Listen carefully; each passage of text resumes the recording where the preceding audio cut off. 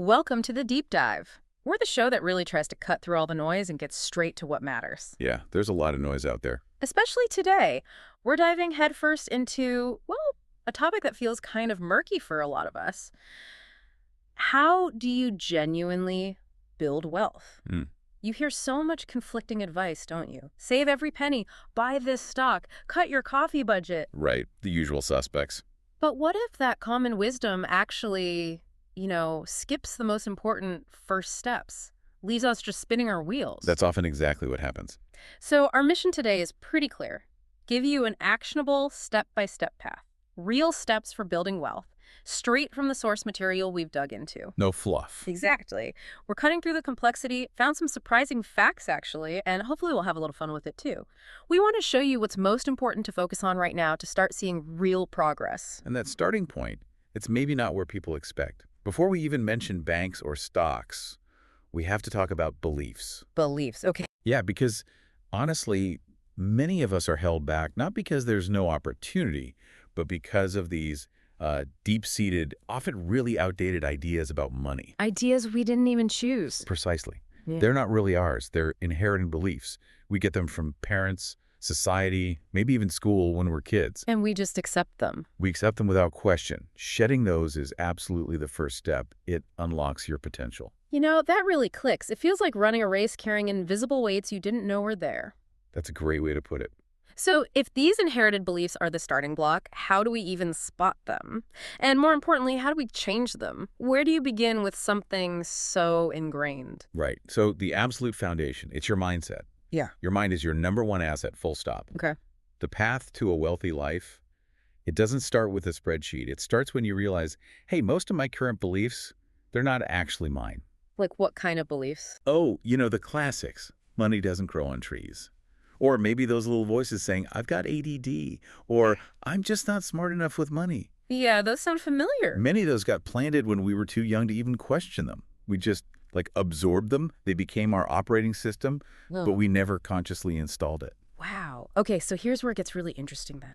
If we want to change them, we need to play detective rights. Exactly. One question from our sources really jumped out at me. It was, what did the people or places where we got our information from actually know? Powerful question. It really is. It makes you ask. Were they credible? Financially speaking, did they have the kind of wealth you're aiming for? And by challenging where those thoughts came from, you suddenly get the power to choose new beliefs, to create your own reality. You shift from being a victim, right? From, this is just how things are for me. Yeah, to becoming the victor of your own financial story, moving from scarcity thinking to, well, abundance. So for instance, if you catch yourself thinking money doesn't grow on trees, pause. Just stop. Ask, okay, who taught me that? Yeah. What was their bank account like? Is that really my belief or just an old echo? And then reframe it. And consciously reframe it. Something like, money grows wherever I plant the seeds of my effort and my value. That shift, it's huge. It feels huge just saying it. And this mindset work, it also means actively looking for and removing the blocks in your life. Blocks. Like bad habits. Sure, negative habits, definitely. But also maybe unsupportive friends. Yeah. Or even a partner who just doesn't share your financial goals. Yeah. That can be a major block. A tough one. It can be.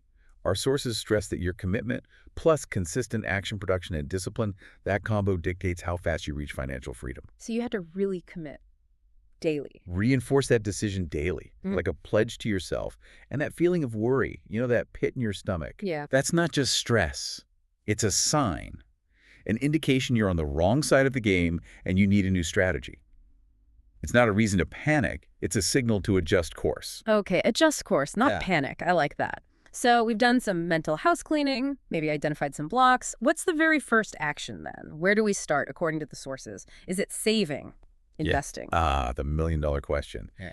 And that's where the common advice often trips people up. How so? Our sources are crystal clear for step one. It's the income imperative. Wealth creation, they state, does not start with saving and investing. Really? Not saving first? Not first. Those are vital, absolutely essential, but later. The core truth is this. Everything is valued on income, not saving and investing. Everything is valued on income. Think about it. If you have no income or very little, what are you going to save? What are you going to invest? Focusing there first is, well, unproductive. Okay. You have to focus on generating more money first. It sounds basic, but it's the foundation. No income, no wealth. Simple as that. That feels almost too simple, but it makes perfect sense when you put it that way. So for someone listening, what does putting the income imperative into action actually look like? Okay, so your immediate goal, according to the experts we looked at, is to make your current job pregnant. Make your job pregnant. Okay, explain that one. It's a vivid image, isn't it? It means make yourself so strong, so valuable, so indispensable where you are right now that people want to throw money at you, your boss, clients, whoever. So instead of just quitting a job you hate. Right. The sources suggest investing in yourself first, right where you are. One expert talked about spending, I think it was $3,000 on sales training. While still in their job. Yeah. Yeah. And that investment paid off almost immediately in their current role. It's about getting new skills, solving bigger problems, becoming the person they can't afford to lose. I love that make your job pregnant idea. I'm thinking of someone I know, Sarah. Started as a data analyst, pretty standard stuff. She noticed this big time-wasting problem with client reports. Instead of just complaining, she taught herself some scripting on her own time, automated the whole thing, Wow. saved the team like 10 hours a week. Suddenly, she wasn't just an analyst, she was the automation guru.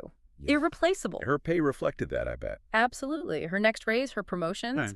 they showed that new value. So the problem often isn't the job itself, it's how we approach it, right? And that's exactly the point. Don't just jump ship. Dig yourself out by becoming invaluable first. Got it. And tied to that is setting ambitious income targets.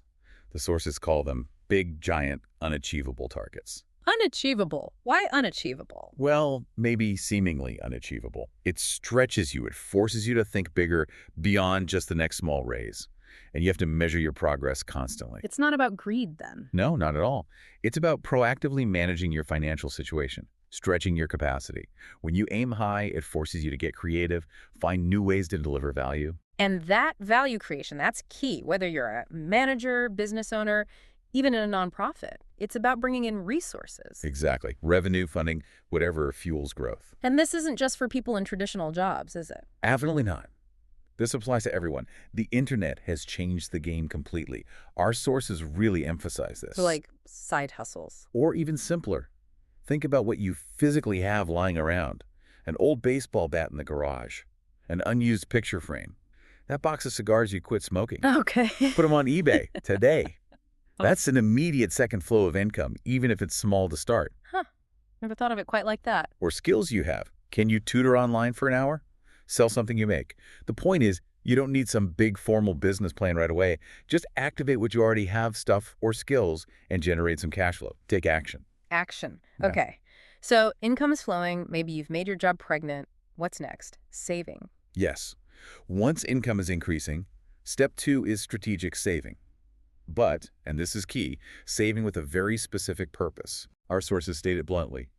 You save money to invest it. That's the only reason. The only reason. What about emergencies?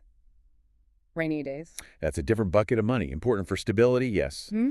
But this wealth-building saving we're talking about, it's specifically for investing.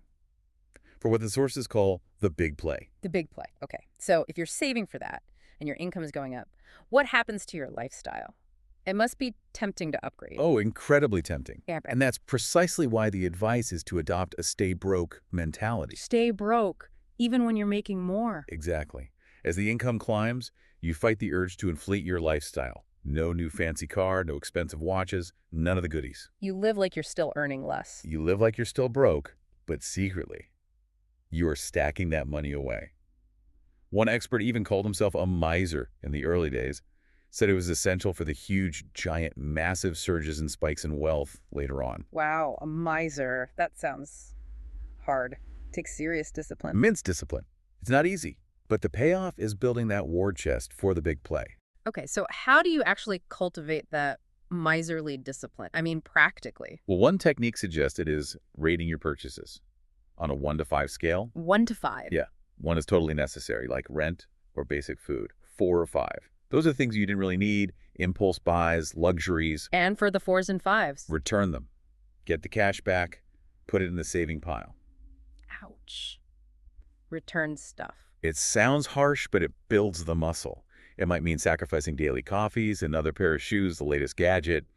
This ensures that extra income goes into your sacred account for investing, not just disappearing into, trivial I have a stuff. secret account. I like that. And it connects to challenging that old saying, cash is king. Cash isn't king. Not in this context. All right. Our sources argue, pretty provocatively, that cash is junk if it's just sitting there, not working for you. Idle cash is losing potential. It needs to be deployed. Cash is junk if it's idle. Okay, that's a powerful reframe. So you've boosted income, you save like a miser, you have this sacred account growing. Now we hit step 3, smart investing. Right. And this is where many people stumble. They jump into investing too early, with too little capital, and often lose money. Because they didn't do step 1 and 2 properly first. Exactly. Our sources warn against starting small and ending small. That keeps people trapped. The goal here isn't just incremental gains. Right. It's to make huge moves, huge investments. Huge. What does huge mean here? Hundreds of thousands, millions. Not necessarily huge capital at first, but investments with huge impact, disproportionate results. Well, Yes, this often means waiting until you have a significant chunk of capital saved up, maybe that $100,000 target we talked about, for your first real investment, something that feels way out of reach initially. like what, for example?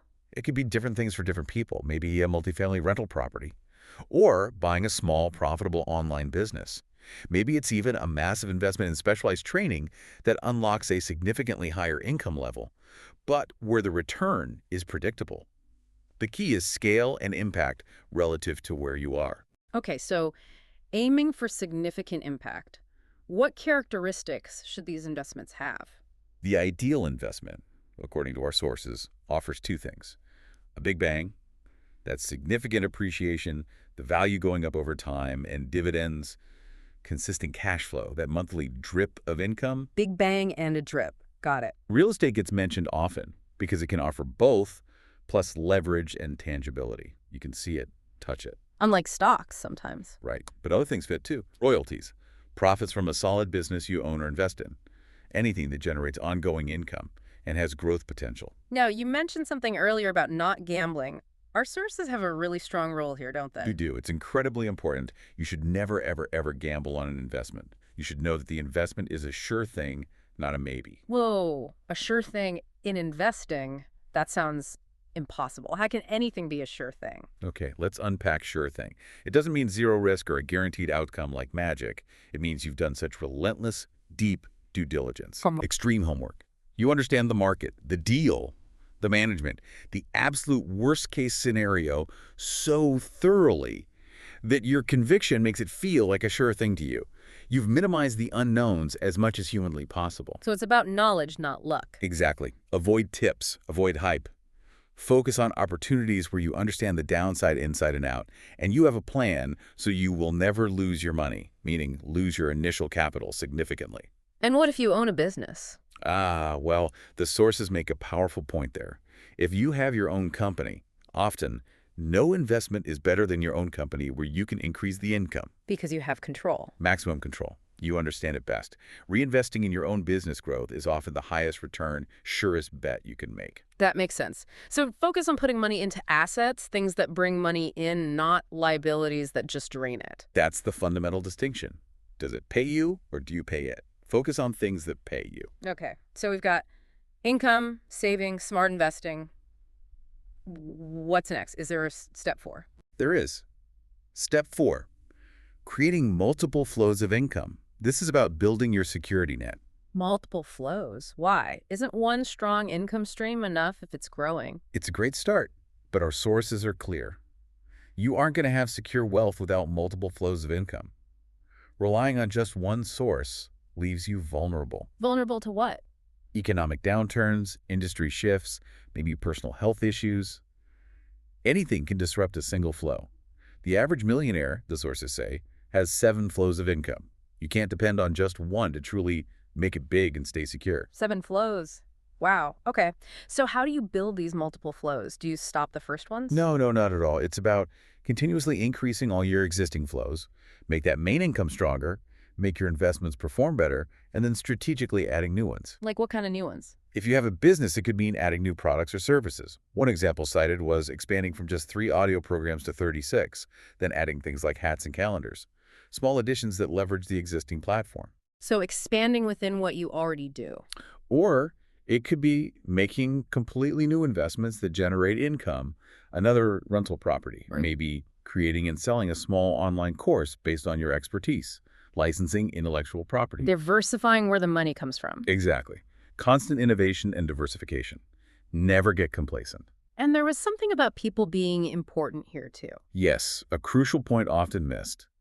You can't expand through wealth without meeting people.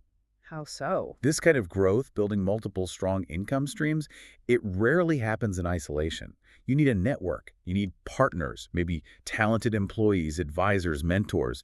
It's a collaborative effort, not a solo mission locked away somewhere. Connections matter. Okay, that brings us full circle, almost. Let's recap what we've learned. Sounds good. Wealth creation isn't magic. It's a system, a blueprint. It starts with that vital mindset shift, challenging those old, inherited beliefs. Getting your head right first. Then, step 1. Income. Prioritize generating more money. Make yourself invaluable. Create multiple ways to earn. Income is the engine. Step 2. Strategic saving. Live below your means. Be a miser for a while. Stack that cash for the big play. Remember, cash is junk if it's idle. Save to invest. That's the goal. Step 3. Smart investing. Wait until you can make impactful moves. Look for appreciation and cash flow. Do your homework relentlessly. No gambling. Your own business is often your best bet. No, it's a sure thing for you. And finally, step 4, multiple flows. Diversify your income sources for security and growth. Build resilience. And remember, people are key to expansion. It's a process of commitment, discipline, and seeing money as a tool. Right. A tool, not the ultimate goal itself. And then ultimately, financial freedom, as the sources frame it, it's about being able to maintain your desired lifestyle without a paycheck. Passive income covering your life. Exactly, where your passive income is greater than your active income. But the why behind it often goes beyond just personal comfort. What do you mean? It's about the capacity it gives you, the ability to help your family, your community, maybe create jobs, support causes you believe in, leave a real legacy. It's about funding the good you want to see happen. Empowering yourself to empower others. I like that. Mhm. So this deep dive really shows that the blueprint for success is within reach. You just need to, well, activate it step by step. It's doable. Okay, time for our final provocative thought for you to chew on. In a world where big financial systems can feel complex, maybe even fragile, or out of our personal control, Yeah. how might taking deliberate personal control of your own wealth creation, following these steps, not just transform your life, but maybe, just maybe, fundamentally shift the balance of power and prosperity for those around you too? Think about it. The power to create value for others might just be your greatest, most impactful asset.